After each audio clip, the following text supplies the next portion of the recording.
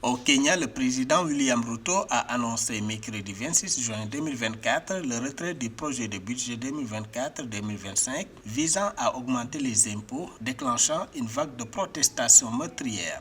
Cette décision fait suite à des manifestations meurtrières la veille, au cours desquelles des manifestants pénétrant dans l'enceinte du Parlement pour la première fois dans l'histoire du Kenya. Dans son discours, il a d'abord exprimé ses condoléances aux familles endeuillées. Il a également annoncé sa décision de ne pas signer le projet de loi de finances 2024, soulignant ainsi l'opposition claire exprimée par le peuple kenyan à ce projet.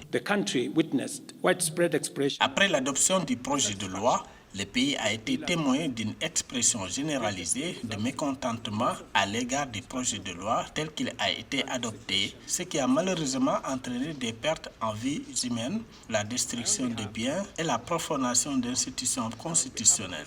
J'adresse mes condoléances aux familles de ceux qui ont perdu leurs proches de cette manière regrettable. Par conséquent, après avoir réfléchi à la discussion en cours autour du contenu du projet de loi de finances 2024, je refuserai d'approuver le projet de loi.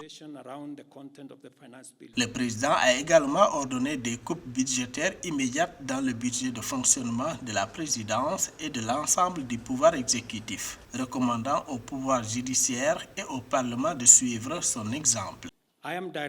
J'ordonne la mise en œuvre immédiate de nouvelles mesures d'austérité pour réduire les dépenses, en commençant par le bureau du président et en s'étendant à l'ensemble du gouvernement, réduire les dépenses de fonctionnement présidentiel, éliminer les crédits du pouvoir exécutif pour répondre aux besoins sociaux.